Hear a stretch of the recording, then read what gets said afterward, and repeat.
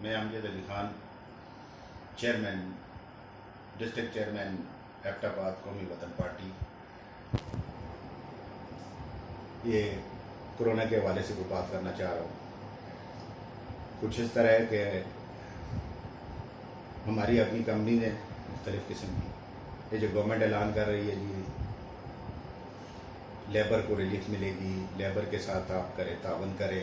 ہم تو کمپنی والے تعاون کرتے ہیں ہر قسم کے، ہمارے پاس کافی ساری لیبر ہے، فیکٹریز ہے، ہماری سی این جی ہے، مائننگ منرل میں ہے۔ گورنمنٹ نے کیا تھا کہ جو کمپنی سیل ٹیکس رجسٹرڈ ہے یا ٹیکس ٹیئر ہے ان کی لیبر کے لیے گورنمنٹ ان کو لون دے گی کچھ عرصہ 1 سال کے لیے۔ تو مارچ کے مہینے سے انہوں نے اناؤنس کیا تھا، مارچ کے اینڈ پہ ہم نے سب لوگوں کے اکاؤنٹ کھول دیے تھے جتنی لیبر تھی اس کی۔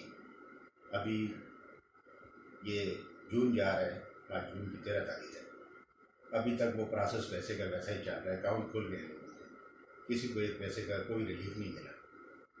تو یہ سارے ویسے کھوکھلے نعرے ہیں، لہذا حکومت سے کسی قسم کی کوئی ایکسپیکٹیشن رکھنا میرے مقصد میں یہ بالکل فضول بات ہے۔ جو کچھ کرنا ہے لوگوں نے خود کرنا ہے، تو بس اتنا سمجھ